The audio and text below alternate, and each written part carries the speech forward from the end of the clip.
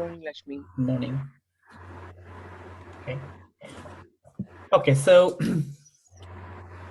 today let's talk about the file-based data import. So the file-based data import, as I was telling yesterday, the file-based data import is specific to any product other than the HCM family. If we are using HCM family, we have to use HCM data loader. Any product family apart from HCM data loader, we have to go with the file-based data import. So basically, it's either HCM data loader or file-based data import. Why do we use both of these things? Basically, we use both of these things to load the data in bulk or to load the data from external systems, and also to load the data in automated way. Automated way means programmatically generate the file, send the file to the Fusion, and load the file into the Fusion applications. If you wanted to do that in an automated way, HR we have to rely on HDL, and any other product we have to rely on the file-based data import. Okay, so let's study about the file-based data import. What is the functionality of it, and how does it work? Okay, to start with, what Oracle has given for any other module apart from HCM, HR, basically if it is financials or supply chain management or sales cloud or projects, whatever model it is, what Oracle has done, Oracle has defined a predefined objects. Like in HCM data loader, how we have seen an object and how we have seen for an object, we have set of attributes. In that, in the HCM data loader, we have a provision to choose what attributes to send based on the keys, kind of keys, user keys, source keys, UID, and surrogate ID. Based on that, we could figure out how we can uniquely identify the object and how we can send the data. Coming to this Fusion file-based data import, what Oracle has done, Oracle has identified predefined objects for each and every product family. And what Oracle asks us, Oracle will define the mapping. And what Oracle asks us to refer that mapping file, refer that a template, and generate the file accordingly. Okay, so what Oracle usually do, if you go to the Oracle documentation, typically the way you have to start with the implementation of loading any object, any financial supply chain management or any module object into the Fusion application, basically we have to identify what object we are trying to load into the Fusion application. And we have to identify what product family is that object belongs to, because it belongs to financials, sales, procurement, supply chain management. Once you identify if it belongs to the specific object, example,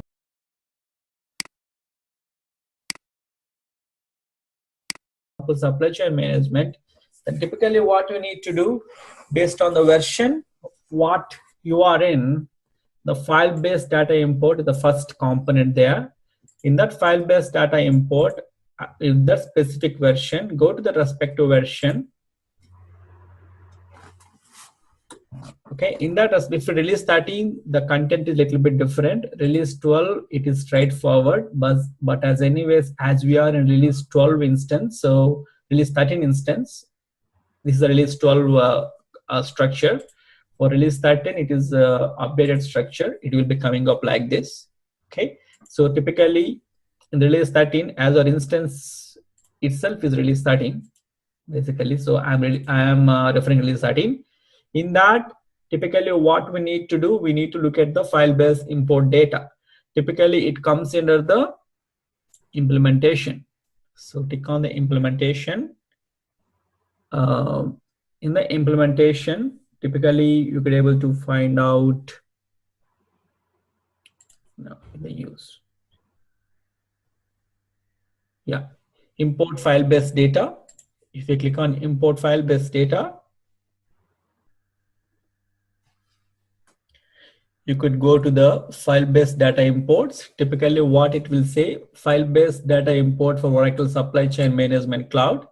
In this case, what it will do, it will Oracle Supply Chain Management supports file data imports of all these modules, all these objects basically. So as I said in the Fusion terminology, every object, every component is called as an object basically. So these are all the list of objects through which you can load the data basically. Okay, so example, if you look at any object, let us say product or price list, something like that, price list object, what typically it will do, it will give a template basically. It will give a template through which you can generate the data out of the generate the data, and once we have the data, we can load the data into the Fusion applications. Now if you see this template, okay, this template, if you open the template, typically in Excel template,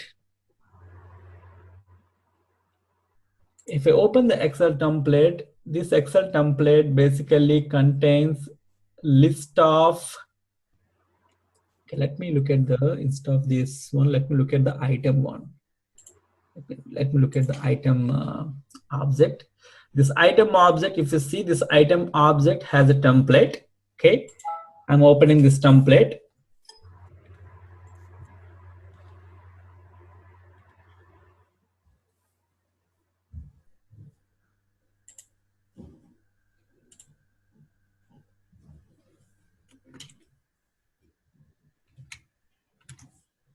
Yeah, so yep, so it is a template. If you open the item import template, the Excel template what Oracle has given, so this template will provide the list of objects that needs to be that is supported by the Oracle Fusion application to be loaded externally in the file format. That's the meaning of it basically. Okay, so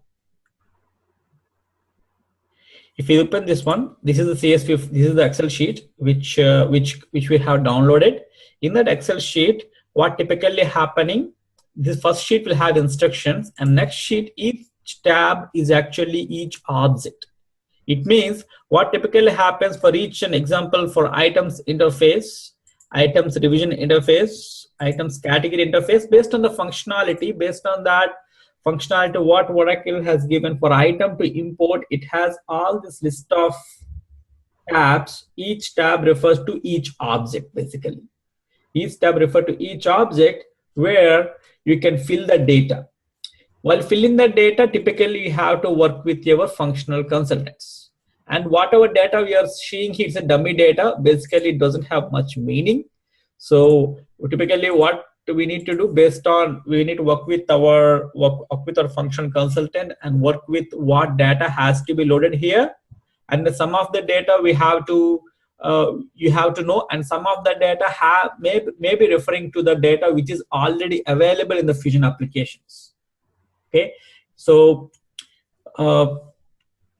yeah, I will talk about that in a while. So each interface, each thing is an object. So typically, systematically, what happens technically is, once we have each object will have a control file. What is a control file? What happens once we fill the data in each of these tabs? Okay, once we fill the data, then what we need to do, we generate the data in the Fusion understandable format. In case of HCM data loader, we will generate the data in the Fusion understandable format by following the HDL syntax. But in this case, what Oracle will say, you don't need to worry on that. What Oracle has given a provision, go to fill the data in each of these sheets. Okay, again, this is actually dummy data, it doesn't have much meaning. So go to this instruction sheet, and we have something called generate CSV file. If we generate the CSV file, then what internally happens is a macro will be running internally, and for each and every object, it will generate one CSV file. This object, it will generate one CSV file, and this will have one CSV file. All the CSV file will get generated in the Fusion naming convention, and those objects will get archived in a zip file. Okay, so If I go back again to the fundamentals, what we were talking in the inbound integrations.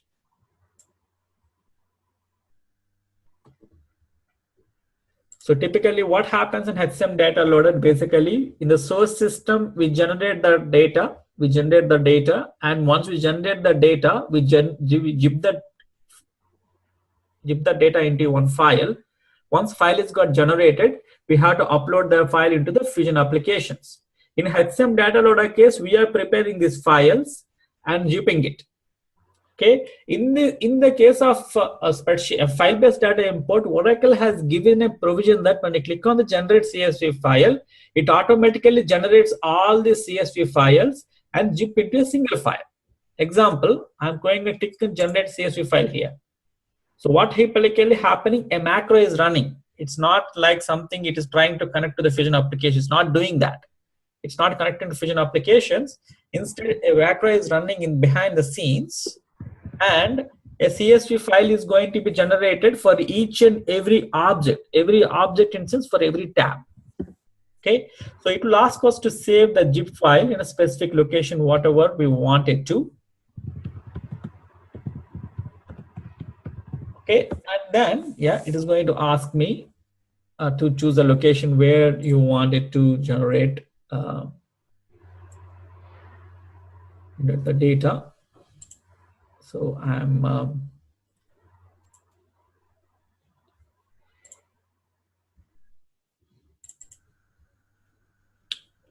okay, let me do here.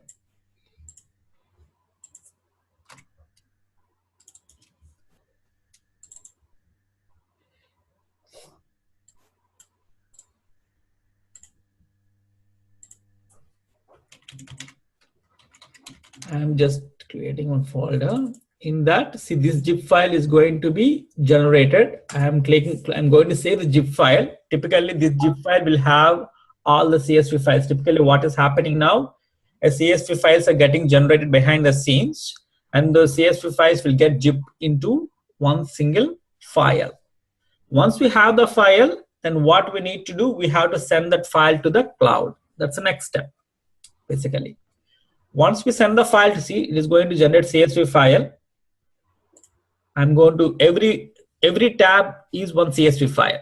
Okay, the first CSV file got generated for the first tab, first object, and second CSV file get generated. So it will keep asking for to save each and every individual business object. Again, it's a dummy data. There's no guarantee this data will load into the system. So I'm generating the file. Maybe it has more number of tabs, so it will ask for us to save for more number of times. Typically, what happens once every CSV file will be generated and will get archived.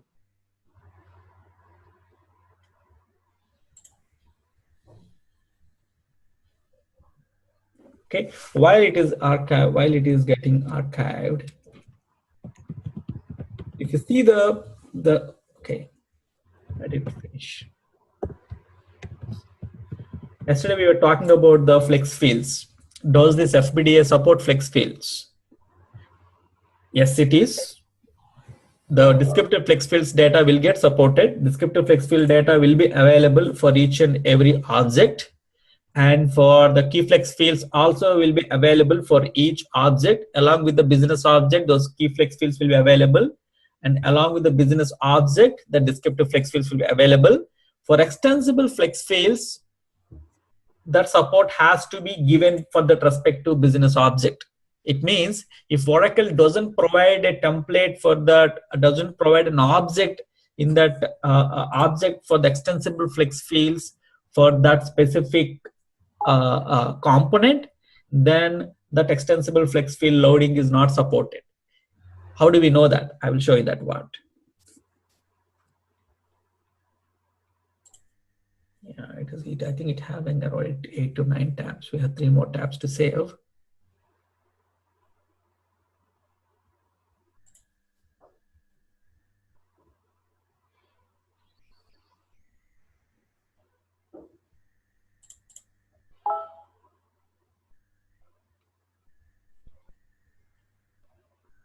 Lakshmi, this is creating CSV file on local machine. Yes. Okay. So we are not connecting to Oracle here. It's actually running a macro behind the scene and generating the CSV file. But in case of spreadsheet data loader, we are actually connecting to Oracle from the Excel sheet. That's a different scenario. CSV and zip file have been created. So if I go to the C drive again, and if I go to the item import, all the CSV files got created and got zipped into this file. If I extract this file, so this extract file will have all the CSV files that got created. Basically, it has all the CSV files, and the CSV files got generated and zipped into this folder typically. So that's what happened. Once we have the zip file ready, then what we need to do, we need to move this zip file to the Fusion applications. That's what we need to do. Now, coming back to this Excel sheet again. The one I have here. If you see the Excel sheet, this is actually all the data in this specific items object. This items object will have a base table basically. Each object specific to one base table and interface table. So if we go to this, end of this one,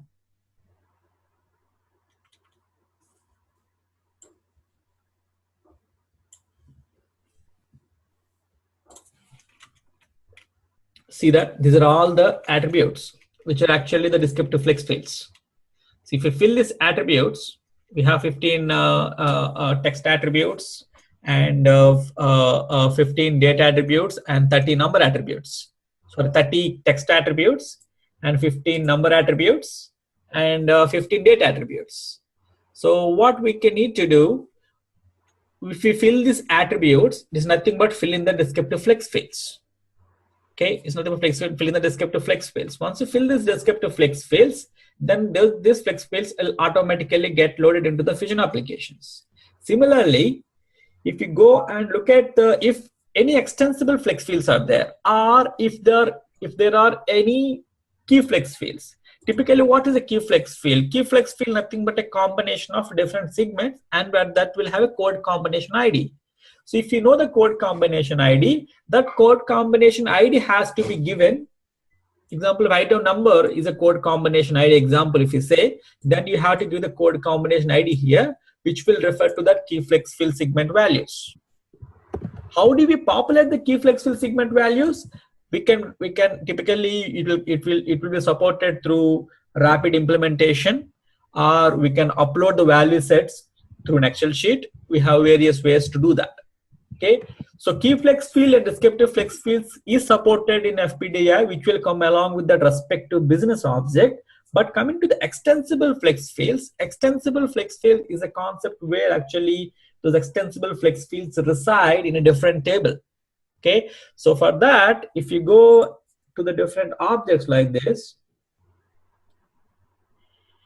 so there is something called EFF here. If you see that EFF nothing but extensible flex fields. For item interface, if there are any extensible flex fields, if this business object is supported along with the Fusion applications, then you can load this, see that attribute code and attributes as per the EFF flex fields. EFF flex fields are also be supported. Okay, it's entirely based on how your business object is being defined. It is a business object and what tables it is trying to hit here. If this table is having the EFF table, it means EFF interface table, it means that these EFF flex fields are supported. If you see that this EFF is specific to item revision, and this EFF is specific to item supplier, like that. Okay, only then only these EFFs are supported to load along with this item object. Okay, and if that specific interface tables or the specific objects are not supported, then you cannot load that EFF using the FPDI. That is entirely, you can go to that respective object and identify respective component. Sorry, this component will have many objects internally. So yeah, if that has AFF extensible flex field support, then you can use that. Okay. Now, coming back to this Excel sheet again, typically what exactly happens once we create the file? Now, coming to the creation of the file, how do we create the file? So does everyone go, example, let us take a scenario like as I was telling yesterday, let us say we are getting items. We are maintaining items in a different system, and you wanted to bring the items information every night into the Fusion applications.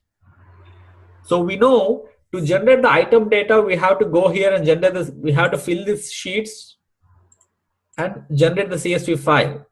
So if we need to load the data every day, do we need to generate the CSV file on daily basis?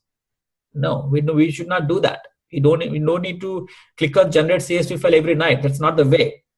Okay. Typically what we need to do, we have to generate these CSV files. Okay.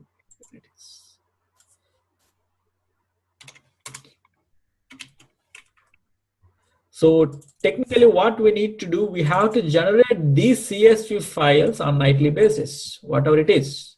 These CSV files, whatever format it is, we have to generate the CSV file in this specific format.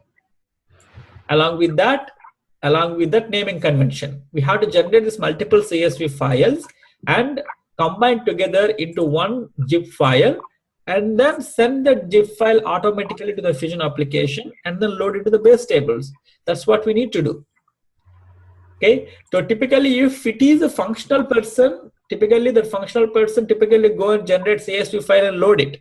But if it is something has to be automated, then it is our duty to generate the CSV, create the CSV files itself, and zip it together. To create the CSV files, typically there you need to make sure how the data should look like, how the data should come up.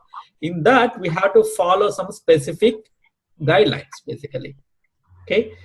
Now, to generate, if you want to generate it programmatically, what happens here is you can refer one thing. You can work with the consultant to get some sample data, and you can also refer the control files. Example, if you wanted to generate the items import, example, we have something called item import file example, then typically, is it items? Yeah, the same one. Yeah. If you click on this control file will say that, this control file will say that basically, what is a control file before that? Let me save this file first. So the internal mechanism is once CSV file is generated, once we send the CSV file to the Fusion application, an SQL loader program will kick off. That SQL program, for any SQL loader program, what are the typical inputs? SQL loader program, the typical inputs is number one, we have to give a data file. Number two, we have to give the control file. Data file and control file is good enough to run the SQL loader command. And the SQL loader command, what happened to this one?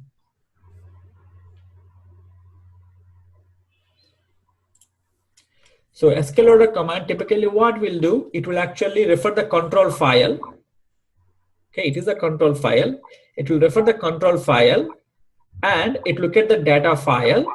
Okay, so it is the control file. So what typically it is doing, it is trying to insert load data into the table, EZP systems item interface table. That's what it is doing. Okay, and this whatever columns we are generating in our data file, that column should follow all these specific conventions. If any of the specific conventions are not being followed, then automatically that program will fail. So that is very important that we have to generate the data as per the specifications. So it is the place where actually we need to work with our functional consultant and bring the data. Okay, so if you observe that some places this is actually these functions is being called when we trigger the SQL loader program to load this specific data object, okay, by referring to the data file.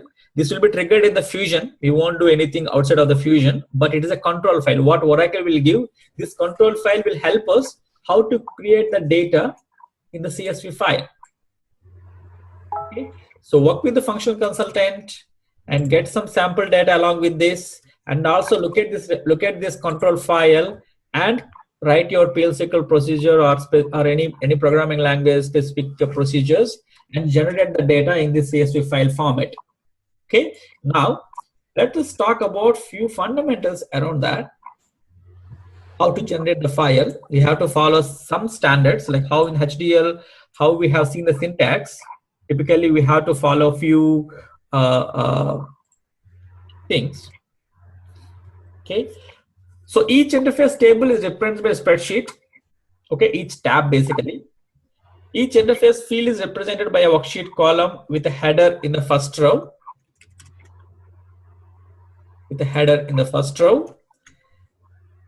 And each column header contains a bubble help text or help comments that will include details about the column, such as expected data type, length, in some cases, other instruction text. So it will have this column. Basically, this explanation is nothing but this control file explanation. Whatever the technical component is here, those things get simplified for the business users into the comments, basically. That's as simple as such. Okay. And columns are formatted to match the target field data type to eliminate data entry address. Basically, whenever you enter the data in this Excel sheet, that data, if it's a date format, the date format will get converted automatically to the Fusion specific format if you enter the data in the Excel sheet. If you generate the data from programmatically to CSV file, then again you have to refer to the control file, and we have to understand how it is looking for, and based on that you have to generate the data. Okay, and yeah, the worksheet columns are in the order that the control file process the data file, right? So whatever order we have in this order, the same order the control file will have the columns. So if you are filling this Excel sheet, if you are filling data in the Excel sheet, you should not delete any column, you should not remove any column, but you can hide the column, and you should not change the naming of any of these column names. So name should be matched, and format should be matched, and you cannot delete anything. You can hide columns for your sake. Okay. Another thing I have observed sometimes is in some sheets, what happens is these columns won't be visible. This attribute 7, 8, 9, 10, DFF flex fields won't be visible. In those cases, typically what happens is in the spreadsheet, by default, those columns will be hidden. Okay, example, after this, maybe they will hide some columns. Okay, maybe what you need to refer, maybe after KK, okay, after KL, you are getting KU, means some things got hidden. Basically, sometimes DFF columns will be hidden.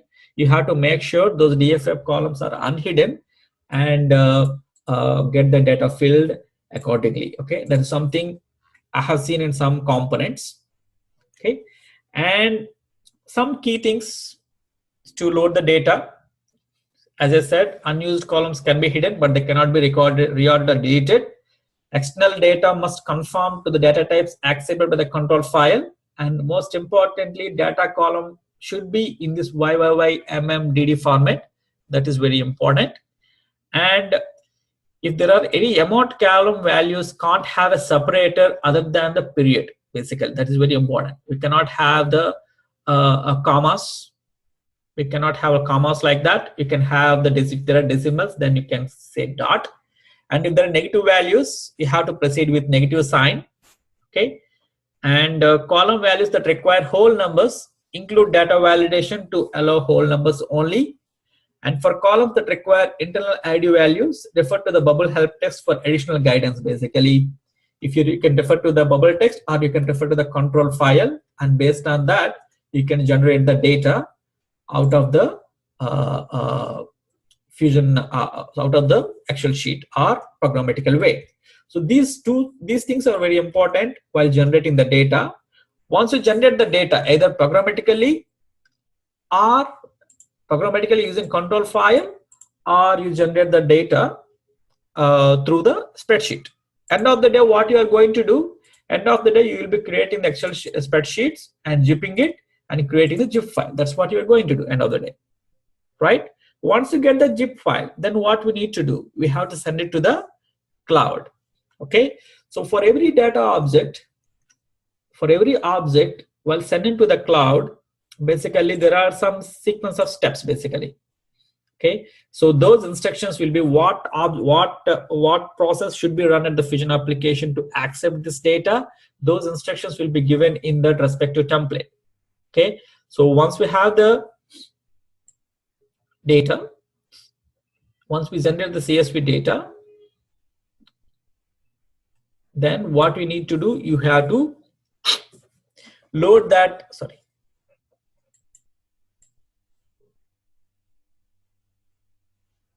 then what you need to do, you have to load that data into the Fusion applications. Where do you load the data in the, where do you, first of all, where do you keep the zip file into the Fusion application? First of all, you have to keep the zip file into the Fusion applications.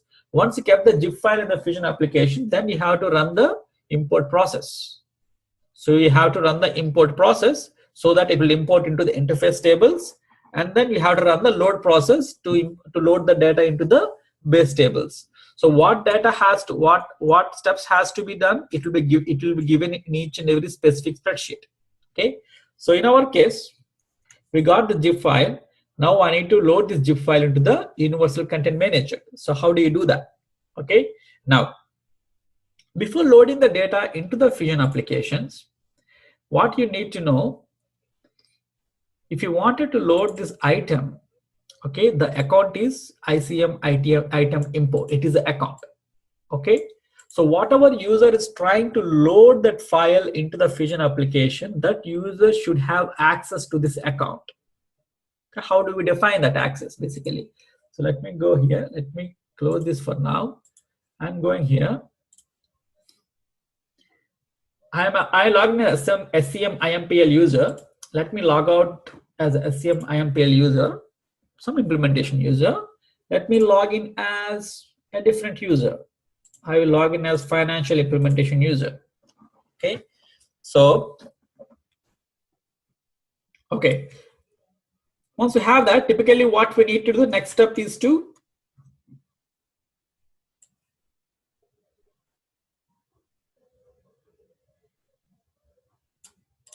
next step is to send the zip file to the cloud.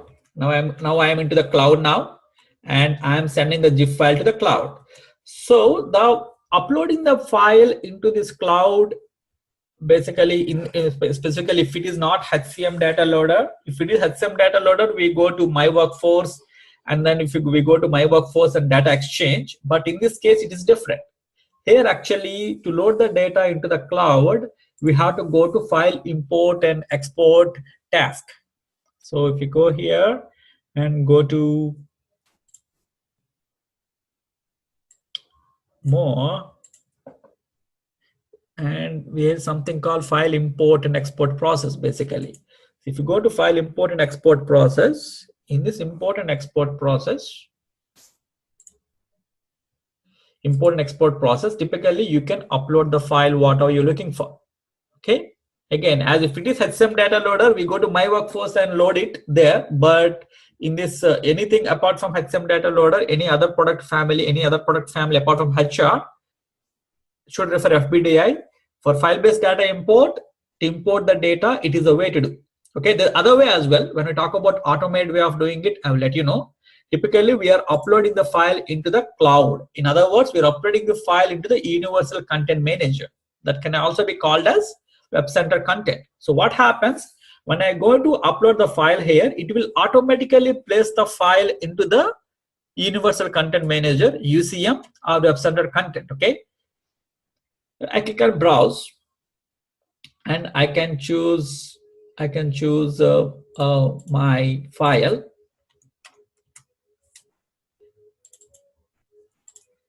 So it is item import file, and it is my zip file. Now this zip file, we have to, in the template file, if you see that the UCM account should be associated to HCM IT import.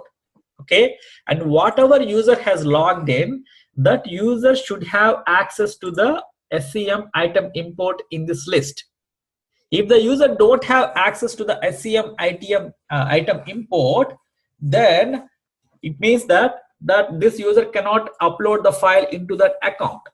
Account nothing but it's a package. Basically internally we are trying to upload the file into that specific package. It's a specific package, so whenever a program will be invoked, only the programs available in that package will be get invoked, and that data files will be referred. That's the meaning of it. So we have to make sure we have SCM item import is available. We have SCM something here, and we don't have SCM item import account available here. It means that this person doesn't have access to the SCM item import account. Okay, it makes sense because it's a supply chain management file, and we logged in as a financial implementation user. Maybe what our financial administrator job role we have, that financial job role doesn't have access to this item import account. Basically, how do we know that? How do we assign that user account access to this person? Typically, we need to assign that specific role to this user. So for every upload, we have a role. Okay, so I will just show you what that role is, and then I will log in as the same IMPL and upload the file. I'm going to security console again, and we have something called upload. All the roles will start with the upload data for item, in our case item import. So this is the role. So this role is not assigned to that specific, to that financial administrator job role, whatever the financial IMP user has. If that role is inherited in that specific job role, whatever financial implementation user. Example, if I go to the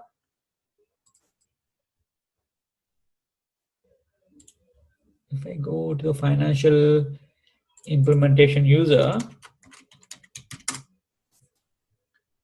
okay, this user has many job roles. Okay, maybe some financial administrator job role, maybe something will be there. So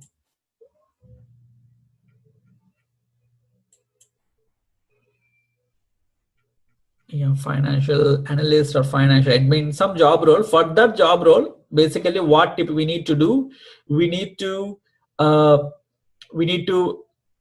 edit the job role and assign that upload data import duty role to that. Then automatically this person will get the access, basically. Okay, so that's the way to do. If you wanted to give access, you can create your own job role and inherit that role and assign to that person whatever way you want it to do. Okay, once we have, then only that person will have the user account. Okay, now I'm going with the user who has access to that user account.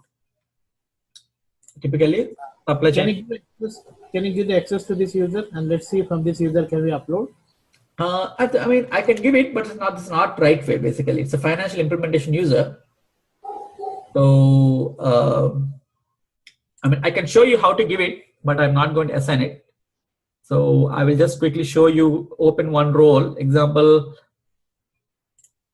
this person has, and again, we should not modify the custom job role, create job role. We have to create the custom job role by doing the deep copy or shallow copy. So example, financial analyst, some role is assigned to that specific user. We know that. So example, if I open this role, and this role is assigned to that user, so I can go here and edit the role, and in the role hierarchy, so what I will do, I will add a role. What is that? Upload data for item. So if we add this role, okay, I'm not adding it. If we add this role, then typically this person, anyone with this role can access that user account. Okay, so that's the way to do. Now I'm going to log out as this user and log in as a HCM supply chain management implementation user, typically who has access to all those roles, because that's Oracle given administrator. So if I go to this HCM IMPL user, and then if again I go to the file import, so file import and export.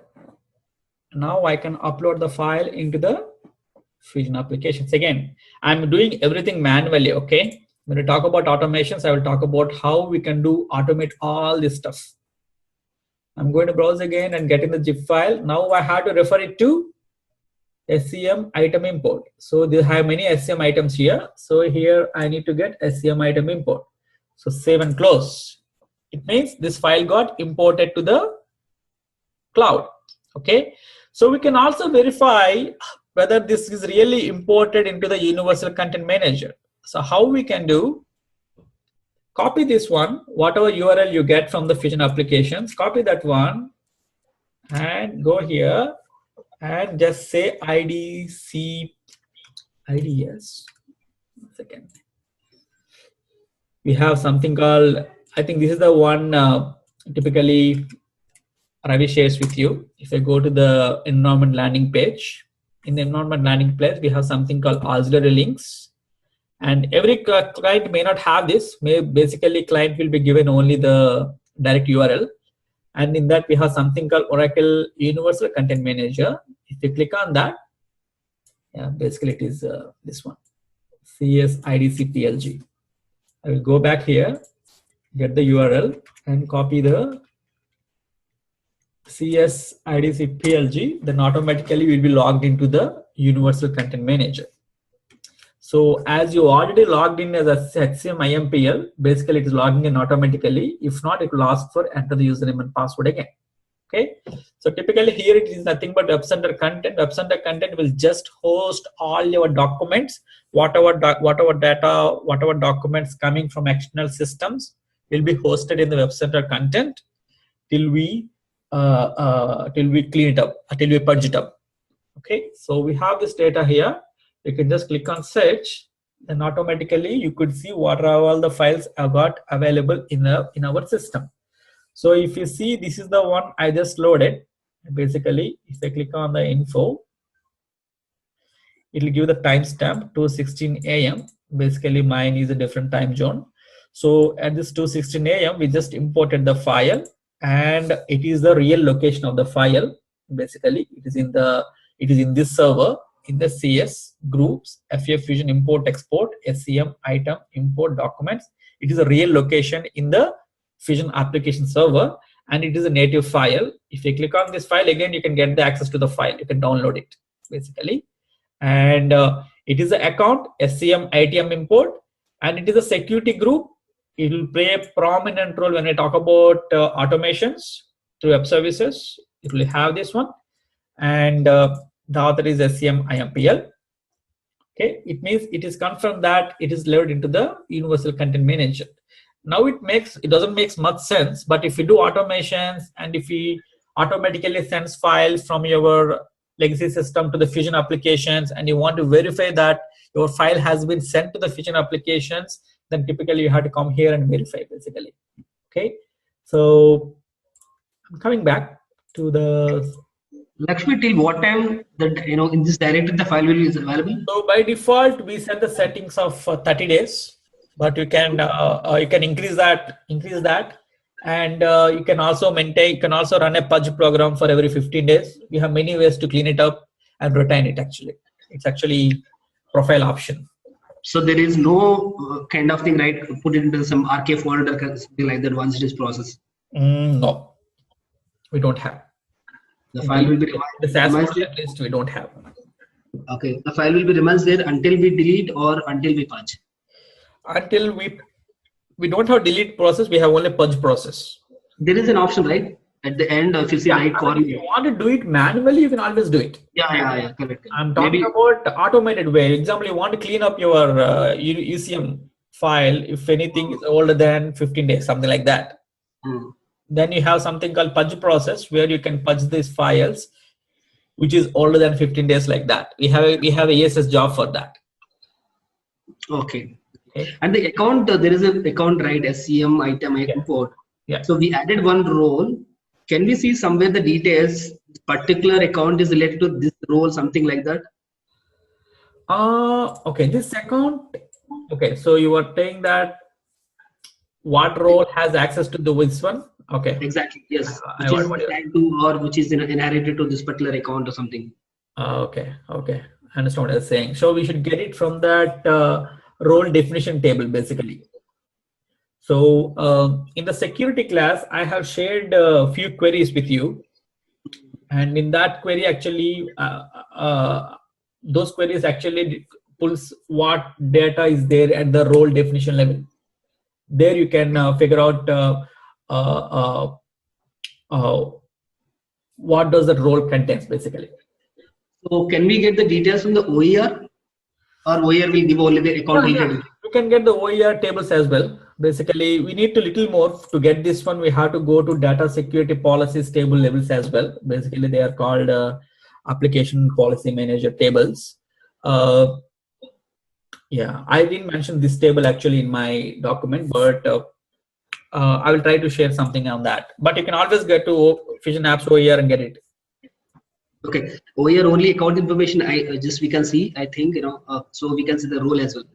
Yes. It will actually see. It's nothing but it's nothing but data access basically to this account basically.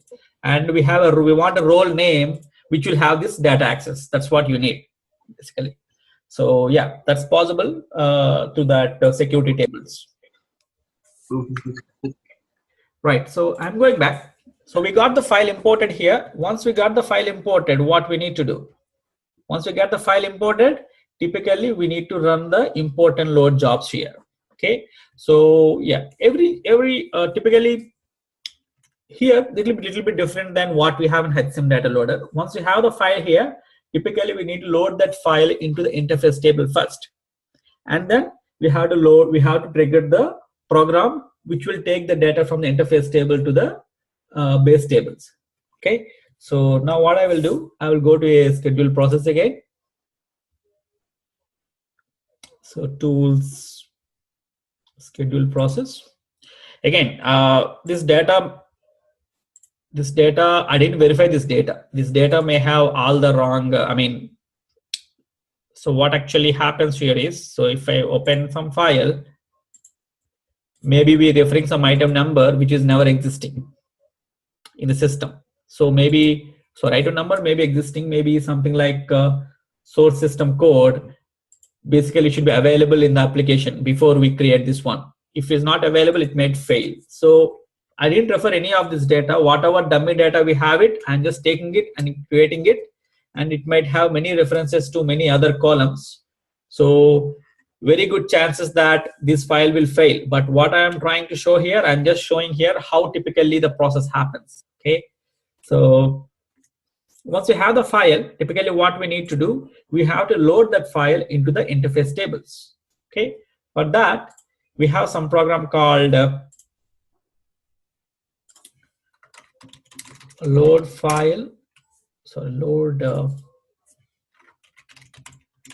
interface file to import basically. So what typically it will do, it transfers data files from user specified locations to the interface tables. That's what it will do basically. Okay. So in this, while transferring data to the interface tables, it will evaluate. It is nothing but it will run the control file. So typically this program will run. This load data into this program will run. Okay. And if this validation is failed, example, if any of this validation is failed, example, to get the stock planning method, basically it is decoding this stock planning method. If it is null, it is replacing with char 0. If it is not null, it is doing something. So there are many things are going on here. Many validations are going on here. If any validation is failed, then automatically this program will fail, because this load program will fail, right? So as our data is dummy data, there are very good chances it will get failed. Okay, so import file. So typically in import process, what we are trying to import here, we are trying to import the item here. So let's go and search for import item or item import. Item import. So basically what happening here, we are loading the interface file for import. So what it is trying to do, it is actually to the data files from specific location to the interface tables. Which interface tables we are trying to load? We are trying to load in the item import interface tables. What are the item import interface tables? These are the interface tables. They are actually trying to load data into these interface tables. Okay.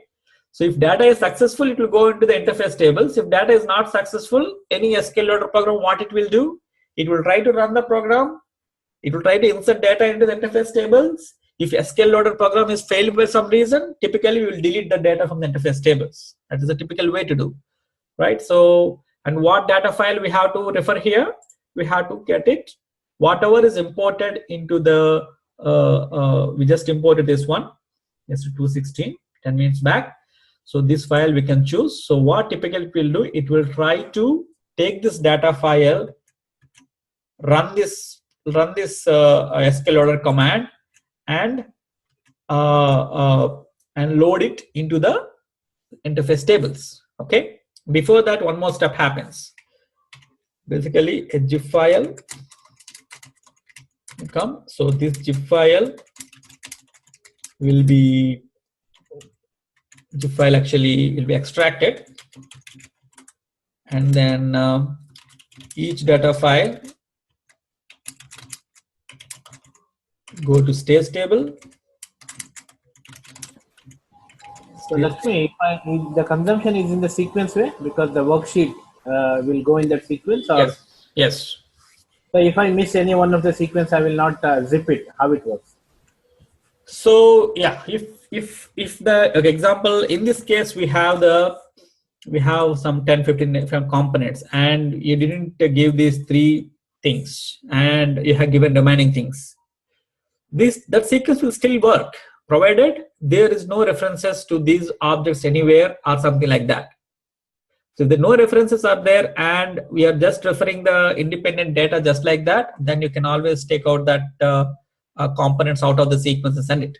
Even real time, there is not necessary that you will be sending all these files anytime. Maybe you will be sending a couple of files based on that respective transactions. Yes, we can do that.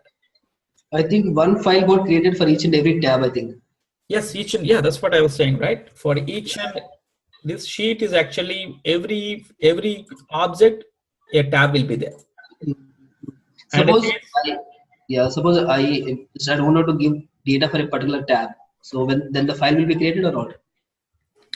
You are talking about CSV in the Excel sheet, or you are talking about in the Excel sheet we have multiple tabs. Right. Suppose just I wanted to give only 2 or 3 tabs of data. I don't want to give it to others. Yeah. In that case, the files will be created, or only 3 files will be created. It will create all the files, but those files will have a 0 data. Don't have any data. Okay. Yeah. Macro has not that much intelligence yet. So yeah, so each data will go to the stage table, and file will be removed from the cache sheet, from cache memory. So removed from the cache memory means it will still retain in UCM basically, but it won't be available in the cache memory. Cache memory means the memory between the UCM and the Fusion application. It will be removed. If it is removed means typically that won't come up in this list anymore. That's the meaning of it. It will be removed, and then it will trigger the load program into interface tables. Okay, so for any reason, if it fails, then if anything, example, this zip file will have 15 components. If any component fails, then what happens? It auto deletes data from the stage tables. Data from the stage tables. Sorry, not stage, interface tables. Interface tables, and will be lost. So what to do next in this case? Again, correct the files in your local server and upload it back to the Fusion UCM. Okay, that's what we need to do. Okay, if it loads, if it fails in this step itself, you have to do it again.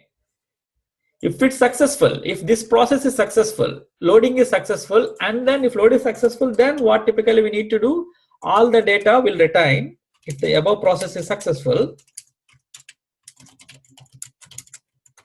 it means data is available in the interface table.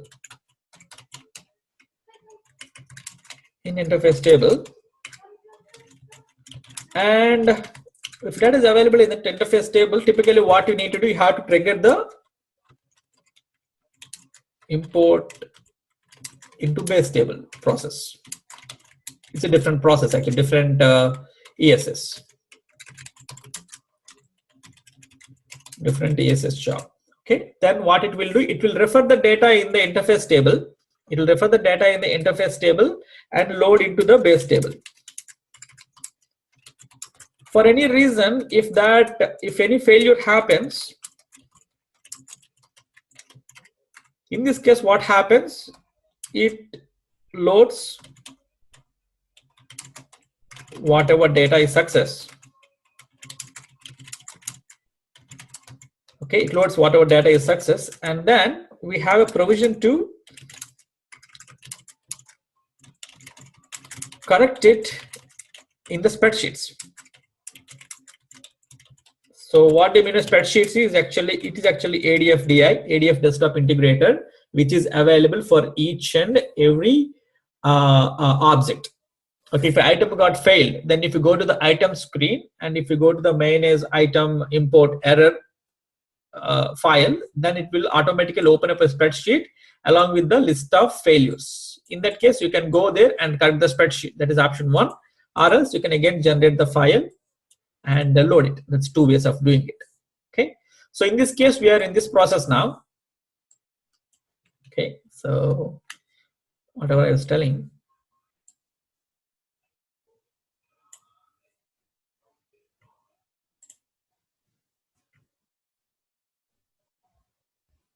This is the process I was showing actually.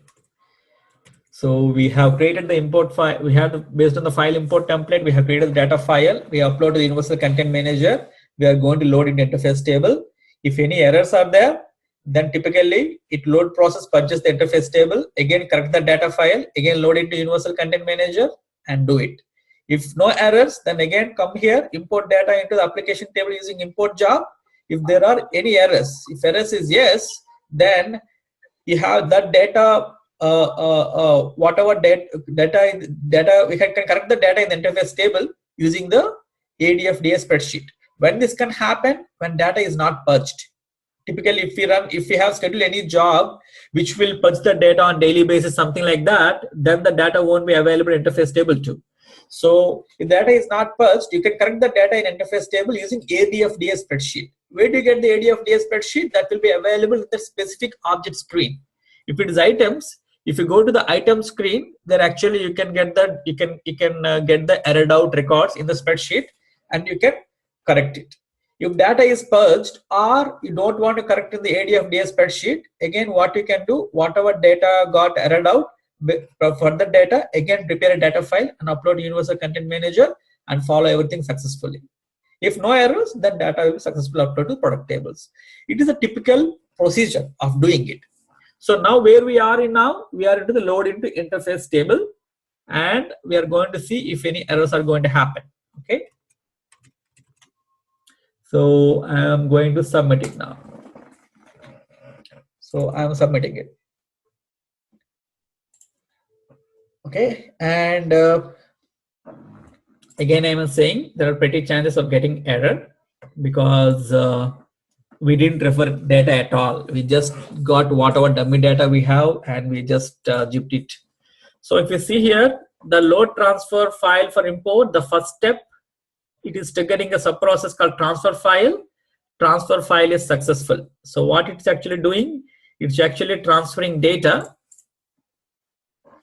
The first step is to transfer the data.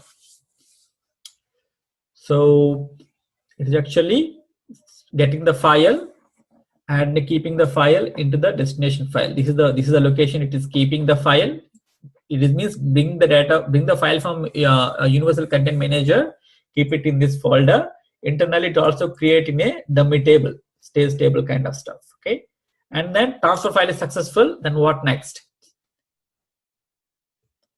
So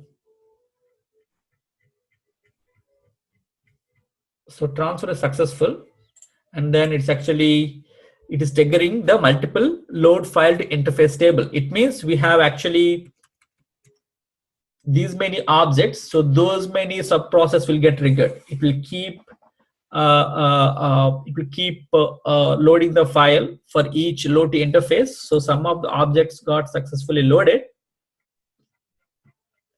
Yeah, most of them successfully loaded, and one object we have a warning. Basically, if we have a warning, means it's actually the main process will also fail, because if data, they should be very clean.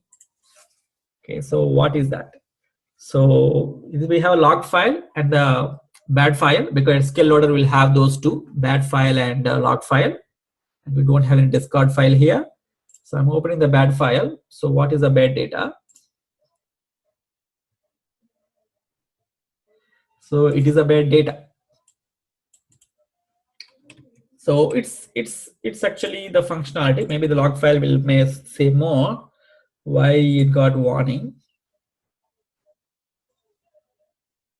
So it is saying that table, it is the interface table, as it is as our control file is saying that. Okay,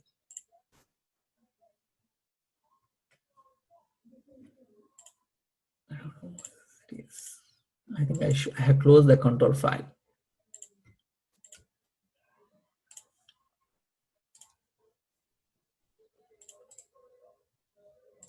So if you see that SQL loader is actually saying append mode, so it is trying to append the data into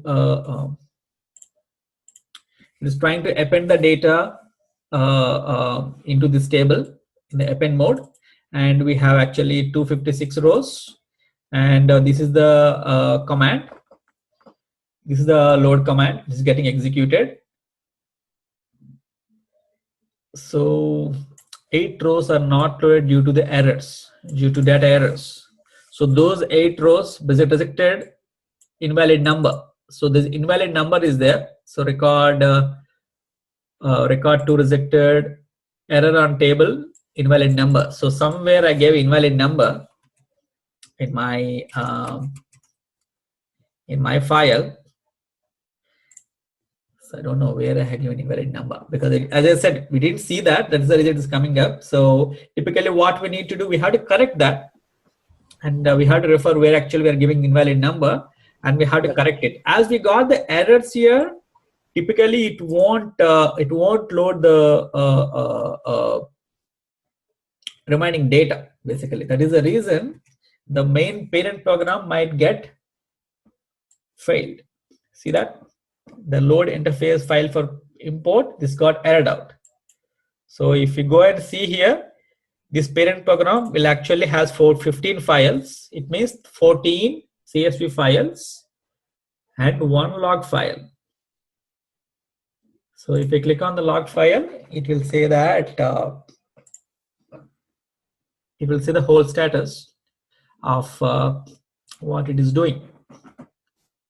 So it is processing each file, and when it is processing this file, sorry, I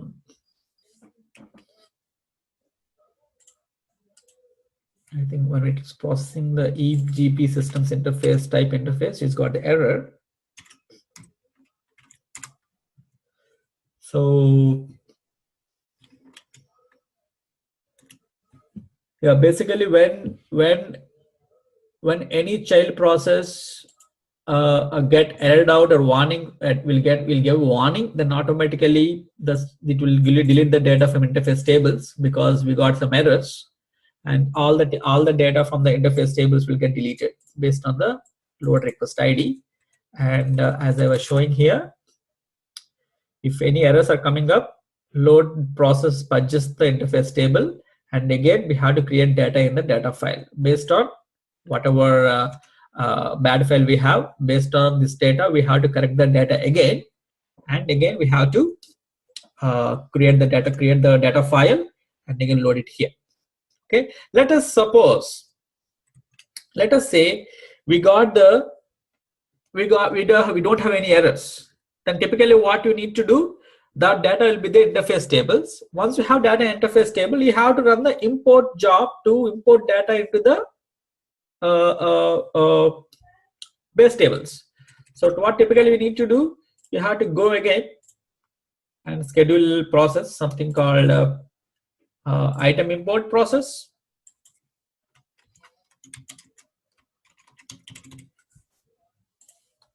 Basically item import process. So this item import process, typically what happens, we have to provide the batch ID, whatever batch ID. Example, when we're creating the Excel sheet, typically we give the batch ID. So which batch ID we wanted to import the data.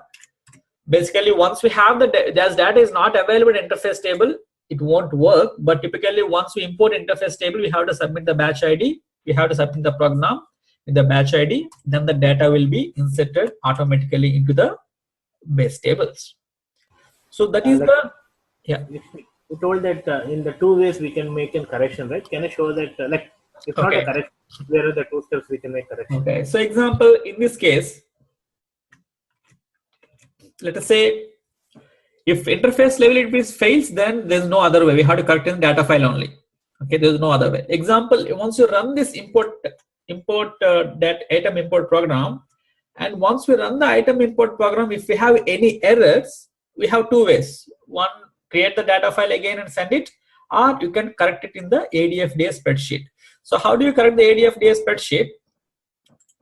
So let me go to the manage items. So items will be, let me go here. So I have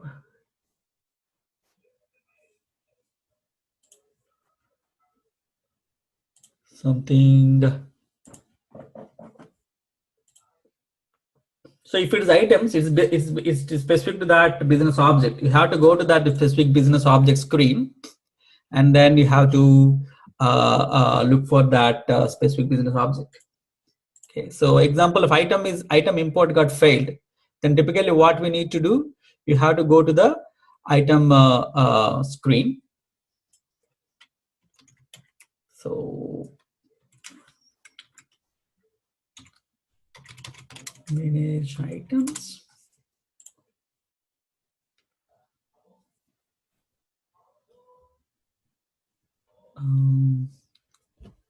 One second, I'm just checking the screen name.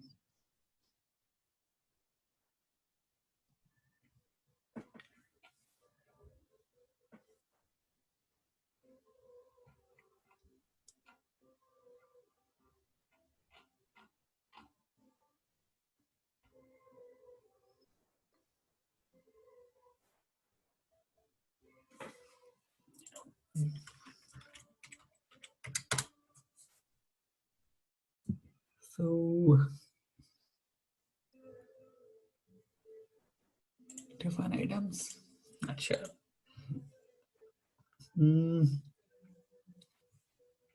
Let me get the screen name. I'm referring a documentation here. Let me get that. I'm not more a functional, so I'm trying to refer where the item screen will be.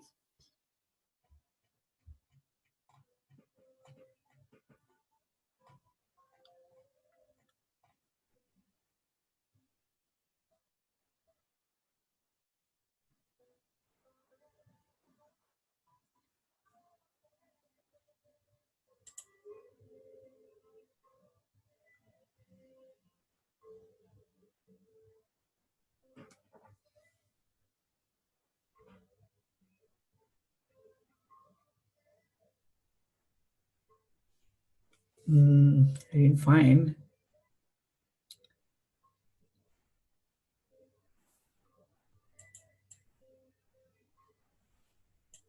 Manage items.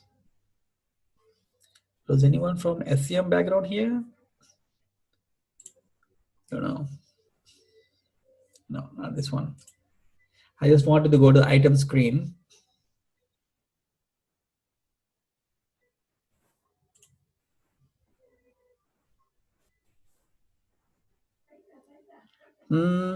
Yeah, I don't know actually. So yeah, I don't know that screen, basically which screen where we can see the items.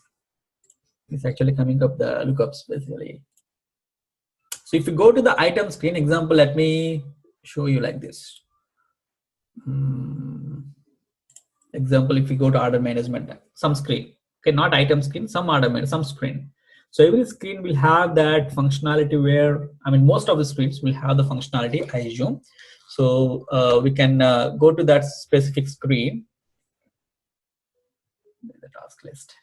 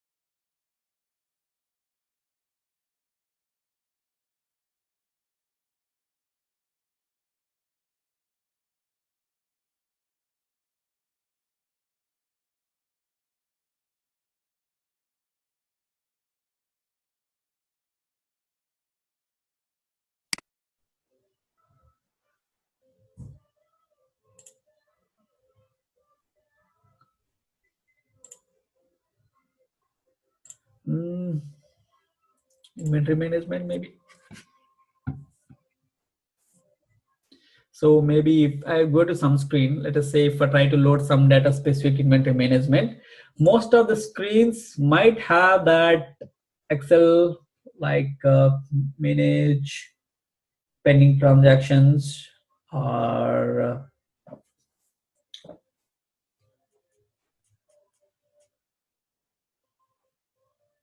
item quantities.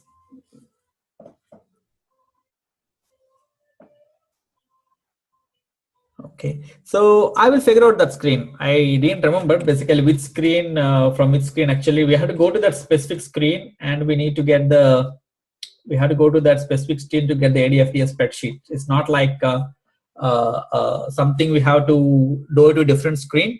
This specific spreadsheet will be available on that specific component actually, specific object screen. Because I'm not the functional expertise, so I didn't remember exactly what the screen name is, but maybe somewhere it is. I might, I'll try to figure it out and let you know. Lakshmi? Yeah. Is that ADFDA spreadsheet is going to refer that interface table what? Yes, yes, absolutely. It will refer the interface table and get based on the batch ID. We know the batch ID, right? Based on batch ID, whatever parameters it will take, you can see what are available in the spreadsheet interface table that to be corrected. Lakshmi, do you have the correct role to create the items, to manage items? I don't know. Can you go to navigation? Okay. No, I meant go, if you can go to the navigator. Navigator, okay.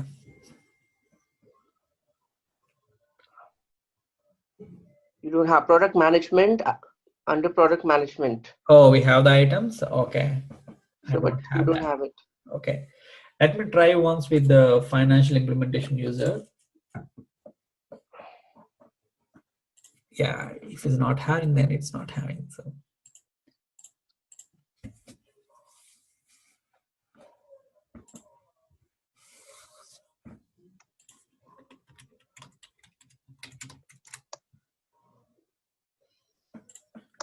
So product management. Yeah, I don't have that as well. Yeah, you don't have. Yeah, that's fine. Yeah, do you have any other, maybe general accounting journals? One example, maybe I can show you here. If I go to journals, basically if I can say correct import errors, see that this kind of thing will be there. This kind of thing will be there in the items screen as well. That's what I'm saying. If you say correct import errors, a spreadsheet will open, ADF-DI will open, and where actually you can get the errors imported.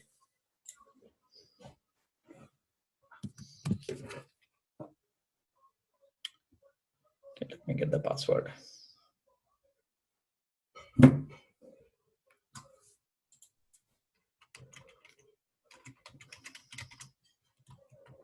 MX.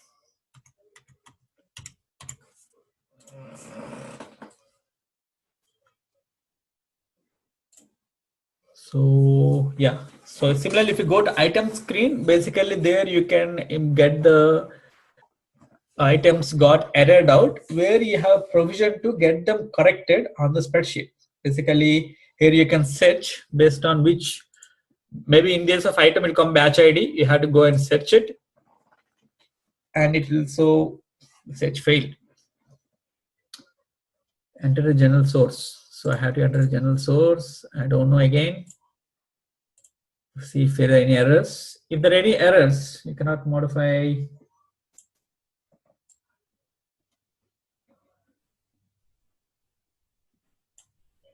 No.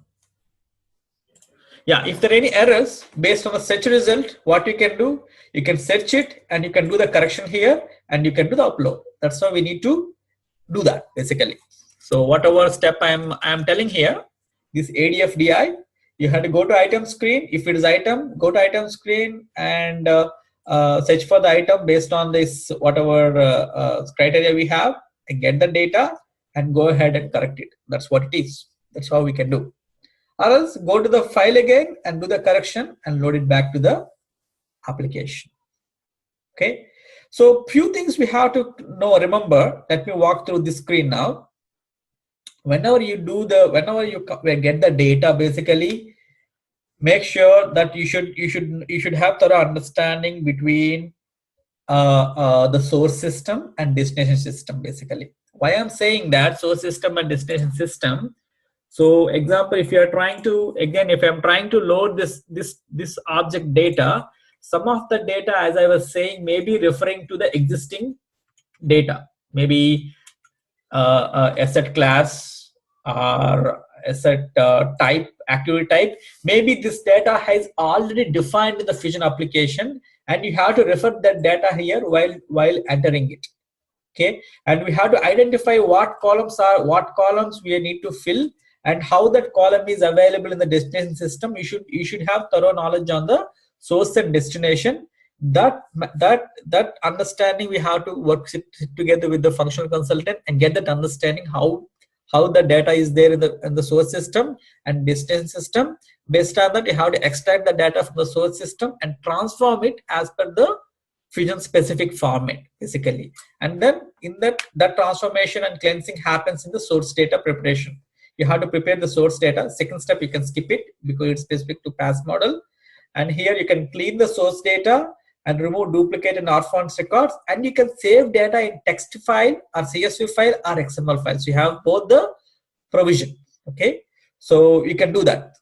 Let me, in the perform data comparison, you have to make sure what data is available in the application.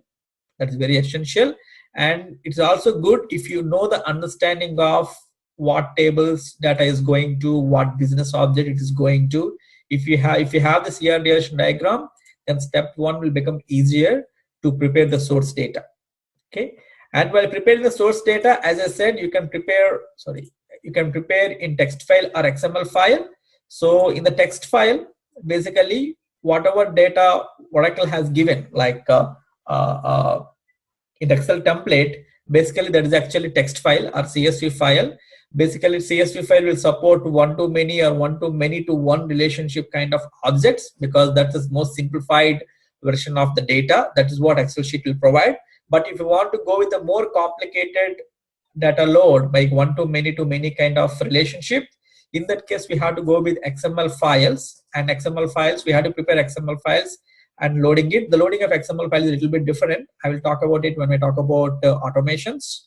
And once you prepare the data in text file or XML file, typically, and one more thing you have to make sure while preparing the source data, sometimes we might example, let us say it is a source file, and here we are referring to opportunity revenue prod group ID. What is a prod group ID? That prod group ID may be something we have to bring from the Fusion applications, which is not available in the source system. These kind of columns will be available. It's not like not as intelligent as HCM data loader. Okay, if the source file has to referring some IDs which are typically available in the Fusion applications only, in that case you have to make sure those IDs are available from the Fusion applications. Either you have to get that file as a file data on nightly basis or whatever into the source system to refer this IDs in while preparing the source file, or you have to use web services to bring this reference number dynamically based on the name, something like that. And you have to create this file as per the need. Similarly, some places you will be using the lookups. Example, you might be using the lookups in your screen. In that example, if it is a lookup, this is a lookup code.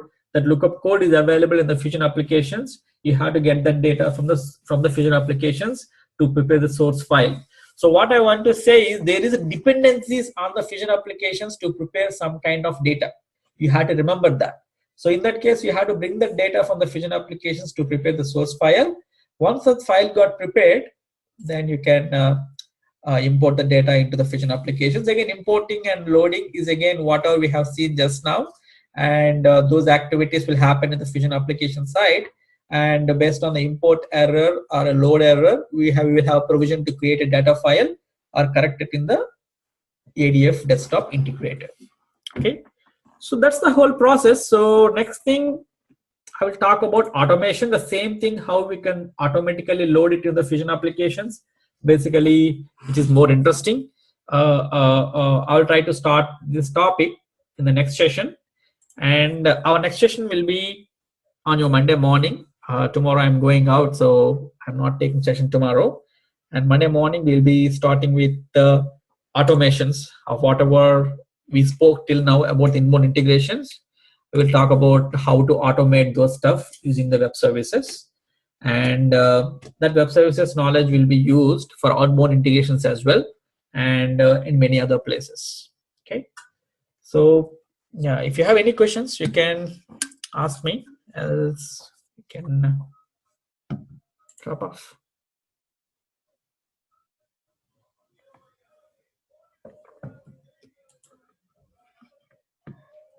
Lakshmi, Yeah. from UCM it goes to staging tables or directly to interface tables? So when we run that first, when we run this load data to interface table, basically, so once the load data to interface table is successful, it goes into the interface table directly. So no staging tables. Yeah, staging tables won't be there. Basically, as I was mentioning in my steps, basically, the first program, end of the day, it will go to the interface tables. But typically, internally, what happens here is the zip file will extract, it will go to the stage table or dummy table, and then it will start the trigger to load programs into the interface tables. So there is no stage table concept. You can ignore that. Okay. So each worksheet will have its own control file, right? Yes. Okay. Each control is one control file. You can always get it from the object here, control files. So which means Oracle Fusion is supporting SQL Loader. Yes. So in the PaaS model, maybe we can create our own control file, own import script. Correct. We can create our own import. We can write our own SQL API, PL/SQL APIs to load the data. Okay. Yeah, we have that provision. As we have access to database, we can do that. Okay, Lakshmi. Yeah. Yeah. Okay, so yeah, by today I think we are done with HDL and FBDI, and next class we'll talk about automations. Okay. Okay. If you don't Okay, have, Lakshmi, you have a good weekend. you too. Thank you. Yeah, you. Bye.